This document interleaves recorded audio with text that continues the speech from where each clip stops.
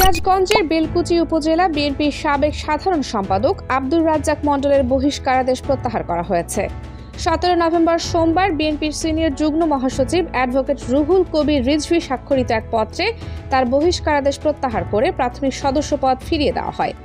এর আগে 2023 সালের 31 ডিসেম্বর দলীয় শৃঙ্খলা পরিপন্থী কর্মকাণ্ডে লিপ্ত থাকার অভিযোগে আব্দুর রাজ্জাক মণ্ডল সহ 4 নেতাকে দলের সকল পদ থেকে বহিষ্কার করা হয়। এরপর 2024 সালের 9 নভেম্বর বহিষ্কারাদেশ প্রত্যাহারের জন্য বিএনপির ভারপ্রাপ্ত চেয়ারম্যান বরাবর লিখিত আবেদন জানান আব্দুর রাজ্জাক মণ্ডল।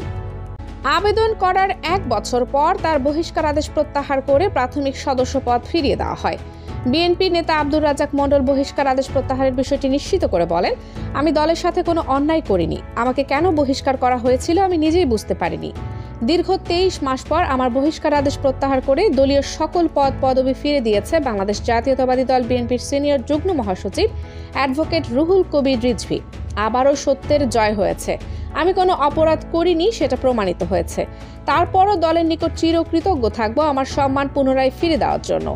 আগামী দিনগুলো দলের হয়ে কাজ করে আগামী জাতীয় সংসদ নির্বাচনে ধানের শীষের বিজয় নিশ্চিত করতে কাজ করে যাব, এই প্রত্যয় ব্যক্ত করেন। খবর শুনে বেলকুচি উপজেলা বিএনপির সকল অঙ্গ সংগঠনের নেতৃবৃন্দ একটি আনন্দ মিছিল বের করেন।